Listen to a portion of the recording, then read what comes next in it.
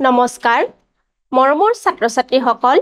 ই-কক্সালৈ সকলোকে স্বাগতম জনাইছো মই অনামিকা দাস আজি মই তোমালোকৰ লগত আলোচনা কৰিবলৈ লৈছো ইতিহাসৰ দশম শ্ৰেণীৰ চতুৰ্থটো পাঠৰ প্ৰশ্ন উত্তৰসমূহ ছাত্ৰ-ছাত্ৰীসকল ইতিমধ্যে আমি পূৰ্বৰ অংশসমূহত বহু সংখ্যক প্ৰশ্ন উত্তৰ আলোচনা কৰিছো এতিয়া আমি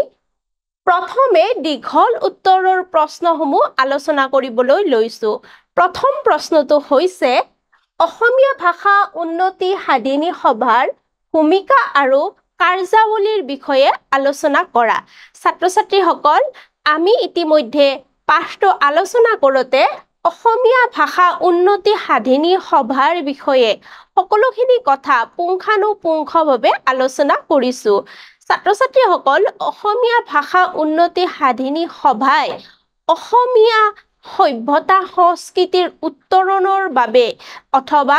বিশ্ব দৰবাৰত অসমীয়া সভ্যতা সংস্কৃতি প্ৰতিষ্ঠিত কৰাৰ বাবে যত পৰণাস্তি চেষ্টা কৰিছিল ব্ৰিটিছৰ আমলত ছাত্ৰ-ছাত্ৰীসকল আমি সকলোৱে জানো যে 1837 চনৰ পৰা অসমত চৰকাৰীভাৱে বাংলা ভাষা প্ৰয়োগ কৰা হৈছিল আৰু ইয়াৰ ফলশ্ৰুতিত অসমত স্কুল কলেজ কাছাৰী ইত্যাদি সকলো যি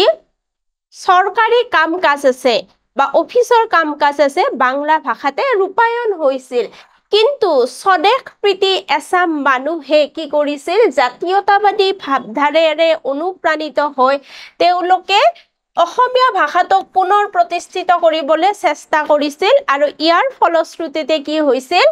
1873 চনত অসমীয়া ভাষা পুনৰ চৰকাৰী ভাষাৰ মান্যতা দিয়া হয় কিন্তু তৎসত্ত্বেও কি হৈছিল বাংলা ছাপাশালত অসমীয়া ভাষাৰ স্বতন্ত্ৰতাৰ ওপৰত আক্ৰমণ কিন্তু পৰৱৰ্তী সময়লৈকে চলি আছিল আৰু বাংলা ভাষাৰ আগ্ৰাসনৰ বিৰুদ্ধে ৰাইজক সচেতন কৰাৰ উদ্দেশ্যৰে কি হৈছিল অসমীয়া ভাষা উন্নয়নৰ বাবে ছাত্ৰসকলে কলিকতাত কি কৰিছিল অসমীয়া ভাষাৰ পুনৰ উদ্ধাৰৰ বাবে চেষ্টা কৰিছিল এছাম শিক্ষিত অসমীয়া যুৱকে যিসকলে কলিকতাত অধ্যয়ন কৰি আছিল আৰু সেই উদ্দেশ্যে কি হৈছিল 1888 চনত অসমীয়া ভাষা উন্নতি সাধিনী সভা নামৰ এই মহান অনুষ্ঠানটোৰ জন্ম হৈছিল আৰু সেইখিনি সময়ছোৱাত লক্ষ্মীনাথ বেজবৰুৱাকে ধৰি চন্দ্ৰকুমাৰ আগৰৱালা কনকলাল বৰুৱা ইত্যাদি স্বনামধন্য ছাত্ৰসকল বা অসমীয়া ব্যক্তিয়ে কি কৰিছিল এই অনুষ্ঠানটোৰ নেতৃত্ব দিছিল আৰু এই সভাই অসমীয়া সকলৰ মাজত একতাৰ ভাৱ আৰু জাতীয়তাবাদ গঢ়ি তোলাৰ বাবে চেষ্টা কৰিছিল তথা অসমীয়া ভাষাৰ বিজ্ঞানসন্মত অধ্যয়ন আৰু বিশেষকৈ অসমীয়া ভাষা শক্তিশালী ৰূপত ব্যৱহাৰ তথা অসমীয়া ব্যাকৰণ শুদ্ধ ৰূপত প্ৰয়োগৰ ওপৰত এই অনুষ্ঠানটোৱে যথেষ্ট পৰিমাণে চেষ্টা কৰিছিল আৰু এই সভাই কি কৰিছিল এই সভাৰ পৃষ্ঠপোষকতাতে কি কৰিছিল বহু সংখ্যক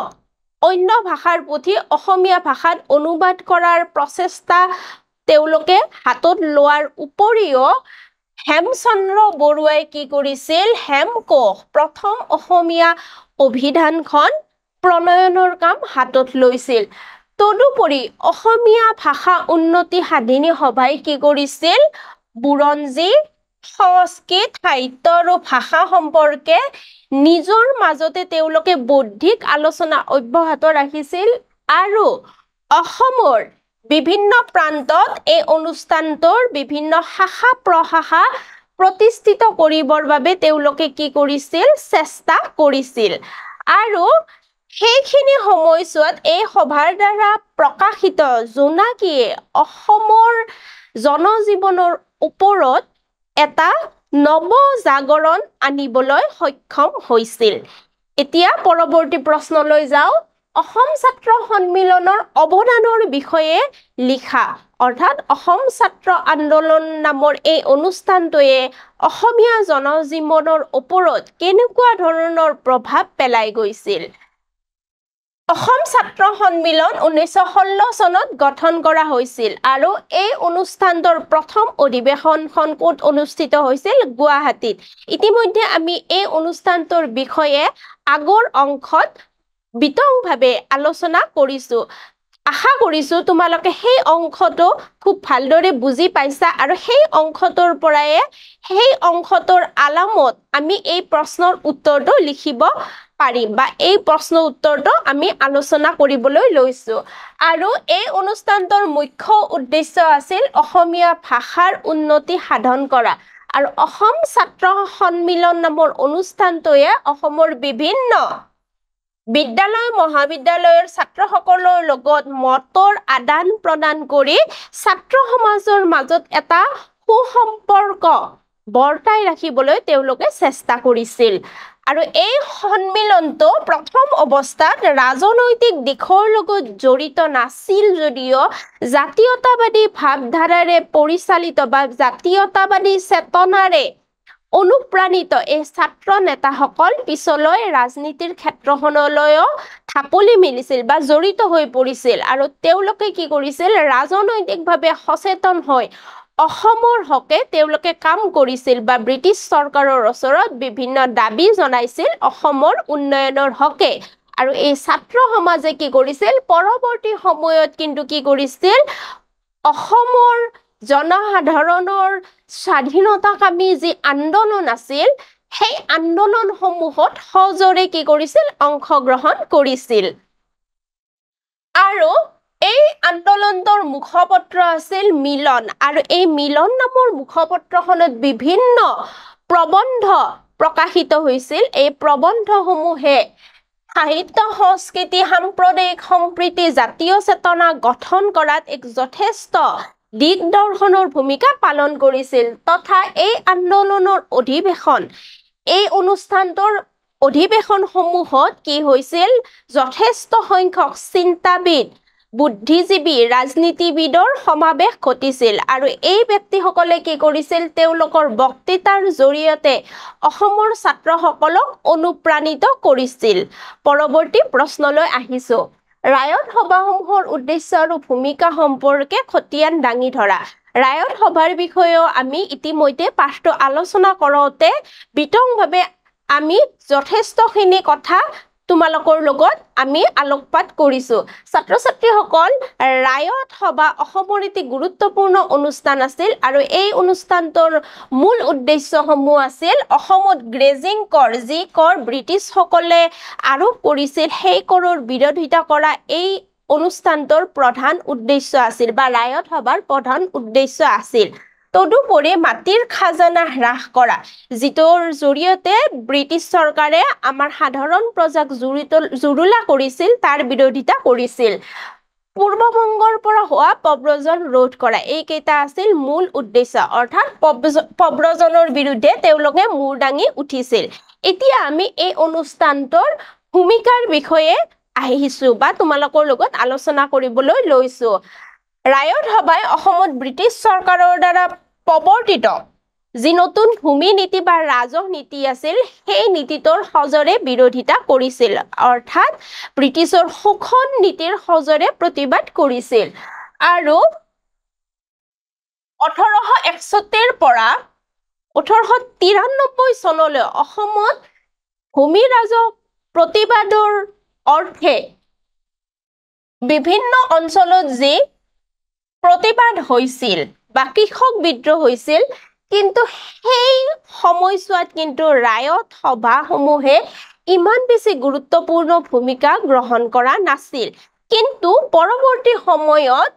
1930-34 চনৰ পৰা আইন অমান্য আন্দোলনৰ সময়ৰ পৰা এই অনুষ্ঠানটো অসমত যথেষ্ট পৰিমাণে সক্ৰিয় হৈ পৰিছিল আৰু অসমৰ বিভিন্ন অঞ্চলত সংগঠিত হোৱা ৰায়ত সভাসমূহে কি কৰিছিল আইন অমান্য আন্দোলনৰ কাৰ্যসূচীসমূহ তেওঁলোকে সমাপন কৰাৰ উপৰিও ভূমি ৰাজহৰ পৰিমাণ 50% হ্ৰাস কৰাৰ বাবে কি কৰিছিল ব্ৰিটিছ চৰকাৰৰ ওচৰত দাবী জনাইছিল তথা অসমত প্ৰায় 300খন ৰায়ত সভা গঠন কৰা হৈছিল 1934 চনৰ পৰা 1939 চনৰ ভিতৰত আৰু এই যথেষ্ট সংখ্যক যে ৰায়ত সভা গঠন কৰা হৈছিল এই ৰায়ত সভায়ও কি কৰিছিল প্ৰত্যেকখন ৰায়ত সভাই অসমৰ মানুহখিনিৰ লগত কি কৰিছিল স্বাধীনতা সংগ্ৰামত সজোৰে সক্ৰিয় ভূমিকা লৈছিল আৰু কংগ্ৰেছ মন্ত্ৰী সভা গঠন হোৱাত 1939 চনৰ পৰা কি হৈছিল ক্ৰমান্বয়ে ৰায়ত সভা নিষ্ক্ৰিয় হৈ আহিছিল আৰু এটা সময়ত কি হৈছিল ৰায়ত সভাসমূহ অসম প্ৰদেশ কংগ্ৰেছ সমিতিৰ লগত একত্ৰিত হৈ পৰিছিল এইখিনি আছিল এই প্ৰশ্নটোৰ মূল উত্তৰ এতিয়া আমি পৰৱৰ্তী প্ৰশ্নলৈ যাওঁ বলা যোৰহাট সাৰ্বজনিক সভাৰ উদ্দেশ্য আৰু কাৰ্যাৱলী লিখা যোৰহাট সাৰ্বজনিক সভাৰ বিষয়ে ইতিমধ্যে আমি বিতংভাৱে আলোচনা কৰিছো আৰু যোৰহাট সাৰ্বজনিক সভাৰ মূল উদ্দেশ্য আছিল চৰকাৰৰ যিবিলাক উদ্দেশ্য তথা নীতি আছিল সেইবোৰ জনসাধাৰণক বুজাই দিয়াটো তেওঁলোকৰ মূল লক্ষ্য বা উদ্দেশ্য আছিল দ্বিতীয়তে জনসাধাৰণৰ অৱস্থাৰ উন্নতি সাধন কৰাটো যোৰহাট সাৰ্বজনিক সভাৰ দৰে এই মহান অনুষ্ঠানটোৰ এটা অন্যতম লক্ষ্য আছিল আৰু এই সভাৰ কাৰ্যাৱলীসমূহ আমি আলোচনা কৰিবলৈ গ'লে প্ৰথমতে ক'ব লাগিব যে এই অনুষ্ঠানটোৱে চৰকাৰৰ ভূমি ৰাজহ ব্যৱস্থাৰ বিৰুদ্ধে সজোৰে প্ৰতিবাদ আৰম্ভ কৰিছিল কাৰণ ভূমি ৰাজহ ব্যৱস্থাটোৱে অসমীয়া প্ৰজাৰ ওপৰত মাধমাৰ সদাইছিল তদুপৰি 1892-93 চনৰ ৰায়ত সভাই কৃষক সমাজৰ লগত একেলগে কি কৰিছিল বৰ্ধিত কৰৰ প্ৰতিবাদ কৰিছিল অৰ্থাৎ এই অনুষ্ঠানটো কৃষক সমাজৰ লগতো জড়িত হৈ পৰিছিল বা কৃষকৰ যি আন্দোলনৰ কাৰ্যসূচী সেয়া কি কৰিছিল যোৰহাট সাৰ্বজনিক সভাই সম্পূৰ্ণ সমৰ্থন কৰিছিল আৰু 1893 চনৰ সভাই ৰাজকীয় কানি আয়োগৰ ওচৰত এখন স্মাৰক পত্ৰ দাখিল কৰিছিল যে কিহৰ কাৰণে অসমৰ পৰা কি কৰিব লাগে কানিৰ প্ৰচলনটো সম্পূৰ্ণৰূপে উঠাই দিয়াৰ বাবে তেওঁলোকে কি কৰিছিল চৰকাৰৰ ওচৰত এক দাবী জনাইছিল এখন পত্ৰ প্ৰেৰণ কৰিছিল 1905 চনৰ বংগভংগৰ বিৰোধিতা কৰিছিল আৰু পূৰ্ববংগৰ লগত অসমক সাঙুৰি ললে অসমৰ যে অস্তিত্ব বিপদাপন্ন হ'ব সেই কথা তেওঁলোকে অনুধাৱন কৰি ব্ৰিটিছ চৰকাৰলৈ তেওঁলোকে কি কৰিছিল বিভিন্ন মতামত পোষণ কৰিছিল যদিও পিছলৈ কি হৈছিল চৰকাৰৰ প্ৰৰোচনাত সভাপতি জগন্নাথ বৰুৱাই বংগ বিৰোধী মনোভাৱ ত্যাগ কৰিছিল যদিও তেওঁ বংগ বিৰোধী মনোভাৱ ত্যাগ কৰিছিল কিন্তু এই সভাই কি কৰিছিল নতুন প্ৰদেশখন গঠন হলে তাত অসমীয়া লোকসকলৰ অধিকাৰ সংৰক্ষণ কৰাৰ দাবী তেওঁলোকে জনাইছিল এইখিনি আছিল যোৰহাট সাৰ্বজনিক সভাৰ মূল কাৰ্যাৱলী আসাম এছ'চিয়েশ্যনৰ ব্ৰিটিছ শাসনাধীন অসমত সমাজ সংস্কাৰৰ প্ৰতি বা সমাজ সংস্কাৰৰ বাবে আগবঢ়োৱা অৱদান সম্পৰ্কে লিখা অৰ্থাৎ আসাম এছ'চিয়েশ্যন নামৰ অনুষ্ঠানটোৱে কিদৰেনো অসমৰ হকে কাম কৰিছিল সেই বিষয়ে আমি আলোচনা কৰোঁ 1903 চনত আসাম এছ'চিয়েশ্যনৰ জন্ম হৈছিল আৰু এই অনুষ্ঠানটোৱে প্ৰথমতে কি কৰিছিল অসমীয়া জনসাধাৰণৰ মুখ্য পত্ৰ হিচাপে পোনপ্ৰথমতে সেৱা আগবঢ়াইছিল আৰু এই অনুষ্ঠানটোৱে প্ৰত্যক্ষভাৱে আৰু সক্ৰিয়ভাৱে চৰকাৰৰ বিৰুদ্ধে কোনো কাৰ্যপন্থা লোৱা নাছিল যদিও তেওঁলোকে কি কৰিছিল শান্তিপূৰ্ণভাৱে সাংবিধানিক পদ্ধতিৰে অসমীয়া জনতাৰ বিভিন্ন দাবীসমূহ চৰকাৰৰ ওচৰলৈ লৈ যোৱা তেওঁলোকে গুৰুত্বপূৰ্ণ ভূমিকা গ্ৰহণ কৰিছিল আৰু তেওঁলোকে কি কৰিছিল ৰাইজৰ সমস্যাসমূহ তেওঁলোকে চৰকাৰৰ ওচৰত তুলি ধৰিছিল তদুপৰি আসাম এছ'চিয়েশ্যনৰ কেইবাজনো সদস্য আইন সভাৰ সদস্য হোৱা বাবে তেওঁলোকৰ প্ৰস্তাৱসমূহ আইনলৈ ৰূপান্তৰিত হোৱাত যথেষ্ট পৰিমাণে সহায় হৈছিল আৰু এই অনুষ্ঠানটোৰ কিছুমান কাৰ্যাৱলী যেনে পৌৰসভাত বিষয়া আৰু লোকেল বৰ্ডৰ কি কৰিছিল চাহ খেতিৰ যিবিলাক খেতিয়ক আছে তেওঁলোকৰ আধিপত্যৰ বিৰোধিতা কৰিছিল তথা আসাম এছ'চিয়েশ্যনে স্থানীয় সমিতিসমূহৰ গণতান্ত্ৰিকৰণৰ বাবে দাবী উত্থাপন কৰিছিল তথা অসমত যি বৰ্ধিত কৰ ব্যৱস্থা চৰকাৰী শুল্ক ব্যৱস্থা আৰু কানিৰ প্ৰচলন ব্ৰিটিছ চৰকাৰে কৰিছিল এই সকলোবোৰৰ বিৰোধিতা কৰিছিল আৰু শিক্ষাৰ দিশত অসমত বিভিন্ন সংস্কাৰ প্ৰৱৰ্তন কৰি অসমক আগুৱাই নিবৰ বাবে ব্ৰিটিছ চৰকাৰৰ ওচৰত তেওঁলোকে কি কৰিছিল বিভিন্ন সময়ত দাবী জনাইছিল আৰু সেই উদ্দেশ্যৰে আসাম এছ'চিয়েশ্যনে কি কৰিছিল কটন কলেজত অসমীয়া শিক্ষকৰ নিযুক্তিৰ বাবে তেওঁলোকে ব্ৰিটিছ চৰকাৰৰ ওচৰত দাবী জনাইছিল আৰু অসমত কাৰিকৰী শিক্ষানুষ্ঠান স্থাপনৰ হকে তেওঁলোকে মাত মাতিছিল অৰ্থাৎ কটন কলেজত অসমীয়া শিক্ষক নিযুক্তি দিব লাগে আৰু কি কৰিব লাগে অসমত কাৰিকৰী শিক্ষানুষ্ঠান প্ৰতিষ্ঠা হ'ব লাগে তথা মন্টেগো চেমছফৰ্ডৰ ৰিপৰ্টৰ আধাৰত প্ৰস্তাৱিত সংস্কাৰ যি পদ্ধতি তাত অসমকো সামৰি ল'ব লাগে বুলি তেওঁলোকে দাবী তুলিছিল আৰু এই উদ্দেশ্যে কি কৰিছিল এটা 7জনীয়া সজাতি দল প্ৰথমতে কলিকতালৈ ৰাওনা হৈছিল আৰু পৰৱৰ্তী সময়ত নবীন চন্দ্ৰ বৰদলৈ আৰু প্ৰসন্ন কুমাৰ বৰুৱাই সেই একেটা দাবী লৈ তেওঁলোকে লণ্ডনলৈও গৈছিল আৰু এই ব্যক্তিসকলৰ নট পৰনস্তি চেষ্টাৰ ফলত অৱশেষত অসম ৰাজ্যখন মন্টেগো চেমছফৰ্ড সংস্কাৰ আঁচনিৰ আওতালৈ আহিবলৈ সক্ষম হৈছিল 1920 চনত অসমত বিশ্ববিদ্যালয় স্থাপনৰ হকে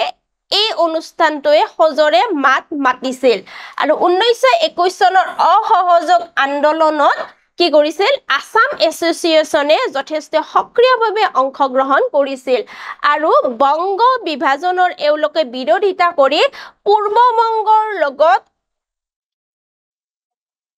কি কৰিছিল অসমক যদি সামিল কৰে অসমে কেনেকুৱা ধৰণৰ সমস্যাৰ সৃষ্টি হ'ব বা অসমে কেনেকুৱা সমস্যাসমূহৰ মুখামুখি হ'ব লাগিব সেই সম্পৰ্কে চৰকাৰক অৱগত কৰাৰ উপৰিও পূৰ্ববংগৰ পৰা অসমক পৃথক কৰাৰ বাবে তেওঁলোকে দাবী জনাইছিল আৰু 1907 চনত আসাম এছ'চিয়েশ্যনে এই সম্পৰ্কে চৰকাৰৰ ওচৰত এখন স্মাৰক পত্ৰ দিছিল তথা বিধানসভাত প্ৰতিনিধিত্বৰ দাবী এওঁলোকে তুলিছিল পৰৱৰ্তী প্ৰশ্ন অসম প্ৰদেশ কংগ্ৰেছ কমিটিৰ জন্ম আৰু মুখ্য ভূমিকা সম্পৰ্কে সংক্ষিপ্ত বিৱৰণ দিয়া অসম প্ৰদেশ কংগ্ৰেছ সমিতি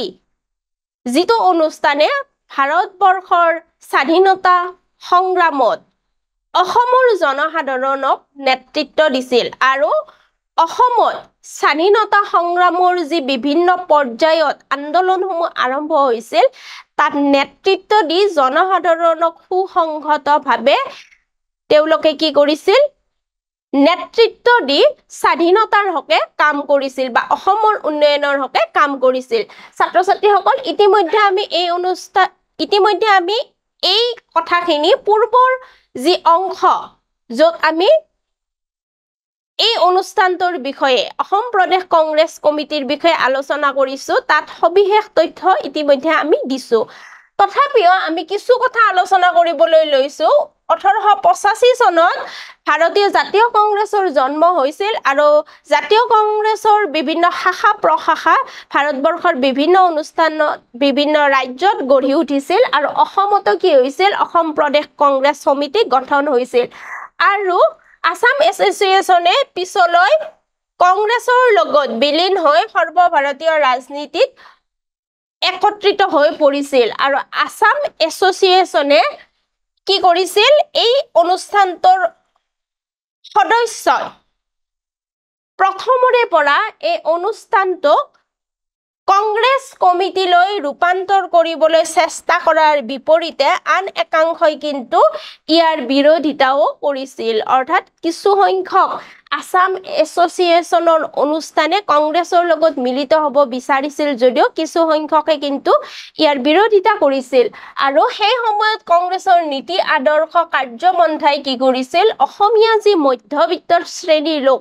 বুদ্ধিজীৱী শ্ৰেণীৰ লোক আছিল তেওঁলোকক খুব ভালদৰে স্পৰ্শ কৰিছিল অৰ্থাৎ অসমৰ বুদ্ধিজীৱী সমাজ কংগ্ৰেছৰ নীতি আদৰ্শৰ প্ৰতি অনুপ্ৰাণিত হৈছিল আসাম এছ'চিয়েশ্যনে কংগ্ৰেছ সংগঠনৰ ৰূপ দিবলৈ 18 এপ্ৰিল 1921 চনত কি কৰিছিল ছবিলাল উপাধ্যায়ৰ পৌৰাহিত্যত এখন বিশেষ অধিৱেশন অনুষ্ঠিত কৰিছিল আৰু সেই বছৰৰে জুন মাহত কি হৈছিল নবীন চন্দ্ৰ বৰদলৈ ছবিলাল উপাধ্যায় কৃষ্ণকান্ত ভট্টাচাৰ্যৰ উদ্যোগত কি হৈছিল অসম প্ৰদেশ কংগ্ৰেছ সমিতি নামৰ অনুষ্ঠানটোৰ জন্ম হৈছিল আৰু এই অনুষ্ঠানটোৱে অসমৰ ৰাজনীতিত অসমৰ জনজীৱনত যথেষ্ট গুৰুত্বপূৰ্ণ ভূমিকা পালন কৰিছিল 1920 চনত নাগপুৰত যি জাতীয় কংগ্ৰেছৰ অধিৱেশন অনুষ্ঠিত হৈছিল সেই অধিৱেশনত ভাষাৰ ওপৰত ভিত্তি কৰি ৰাজ্য পুনৰ্গঠনৰ প্ৰস্তাৱ গৃহীত কৰা হৈছিল আৰু কংগ্ৰেছৰ এই নীতিটোৱে কি কৰিছিল অসমৰ জাতীয়তাবাদী সকলক উৎসাহিত কৰিছিল অৰ্থাৎ ভাষাৰ ওপৰত ভিত্তি কৰি যি প্ৰদেশ গঠনৰ কথা কৈছিল সেইটোৱে অসমীয়া যি ৰাজনীতিবিদ বা অসমীয়া যি আন্দোলনকাৰী আছিল তেওঁলোকক বাৰুকৈয়ে স্পৰ্শ কৰিছিল আৰু 1921 চনত অসম প্ৰদেশ কংগ্ৰেছ কমিটিৰ তত্ত্বাৱধানত মহাত্মা গান্ধীক অসমত এই আন্দোলনৰ প্ৰচাৰ কাৰ্য চলাবৰ বাবে কি কৰা হৈছিল অসমলৈ আমন্ত্ৰণ কৰা হৈছিল অৰ্থাৎ গান্ধীজীয়ে অসম ভ্ৰমণ কৰি আন্দোলনৰ যি কৰ্মপন্থা সেই সম্পৰ্কে জনসাধাৰণক কি কৰিব লাগে সচেতন কৰিব লাগে বুলি তেওঁলোকে কি কৰিছিল এক আবেদন জনাইছিল আৰু সেই আবেদন বা আমন্ত্ৰণৰ ওপৰত ভিত্তি কৰিয়ে সেই বছৰৰে আগষ্ট মাহত কি হৈছিল মহাত্মা গান্ধীয়ে অসম ভ্ৰমণ কৰিছিল আৰু মহাত্মা গান্ধীৰ অসম ভ্ৰমণে অসমীয়াসকলৰ মাজত এক আলোড়নৰ সৃষ্টি কৰিছিল জাতীয়তাবাদী ঢৌ দুগুণে কি হৈছিল বৃদ্ধি পাইছিল অসমবাসীৰ মাজত আৰু কালক্ৰমত কি হৈছিল অসমত আন্দোলনৰ ঢৌ চৌদিশে বিয়পি পৰিছিল অৰ্থাৎ অসমৰ আবাল বৃদ্ধ বনিতা সকলো মহাত্মা গান্ধীৰ আহ্বানত কি হৈছিল সজৰে এই আন্দোলনসমূহত সক্ৰিয় ভূমিকা লৈছিল আৰু অসম প্ৰদেশ কংগ্ৰেছ কমিটিয়ে 1926 চনত কি কৰিছিল পাণ্ডুত জাতীয় কংগ্ৰেছৰ 41তম অধিৱেশনৰ আয়োজন কৰিছিল আৰু 1946 চনত সাধাৰণ নিৰ্বাচনত বৃহৎ জয়েৰে কংগ্ৰেছে সংখ্যাগৰিষ্ঠতা লাভ কৰিবলৈ সক্ষম হৈছিল আৰু গোপীনাথ বৰদলৈদেৱে কি কৰিছিল অসম প্ৰদেশৰ প্ৰথমজন প্ৰধানমন্ত্ৰী ৰূপে নিৰ্বাচিত হৈছিল আৰু যেতিয়া কেবিনেট মিছনে অসমক পূব বংগৰ লগত সন্নিবিষ্ট কৰি গ্ৰুপ গ অৰ্থাৎ গ্ৰুপ চিৰ লগত সংযোজন কৰাৰ বাবে এক দাবী জনাইছিল বা এখন নক্সা বনাইছিল সেইখিনি সময়ছোৱাত অসমৰ গোপীনাথ বৰদলৈদেৱে ইয়াৰ বিৰুদ্ধে সজৰে প্ৰতিবাদ জনাইছিল আৰু তেখেতৰ এই প্ৰতিবাদী কাৰ্যসূচীক জাতিৰ পিতা মহাত্মা গান্ধীয়েও কি কৰিছিল সমৰ্থন জনাইছিল আৰু এনেদৰে অসম প্ৰদেশ কংগ্ৰেছ কমিটিৰ এজন যথেষ্ট শক্তিশালী ব্যক্তি গোপীনাথ বৰদলৈদেৱৰ চেষ্টাৰ বাবে অসম বংগৰ লগত সন্নিবিষ্ট হোৱাৰ পৰা বা লগ লগাৰ পৰা ৰক্ষা পৰিছিল আৰু এইখিনি আছিল এই প্ৰশ্নটোৰ মূল উত্তৰ ছাত্ৰ ছাত্ৰীসকল আজিলৈ ইমানতে এৰিছো পৰৱৰ্তী সংখ্যাত পুনৰ লগ পোৱাৰ প্ৰতিশ্ৰুতিৰে ধন্যবাদ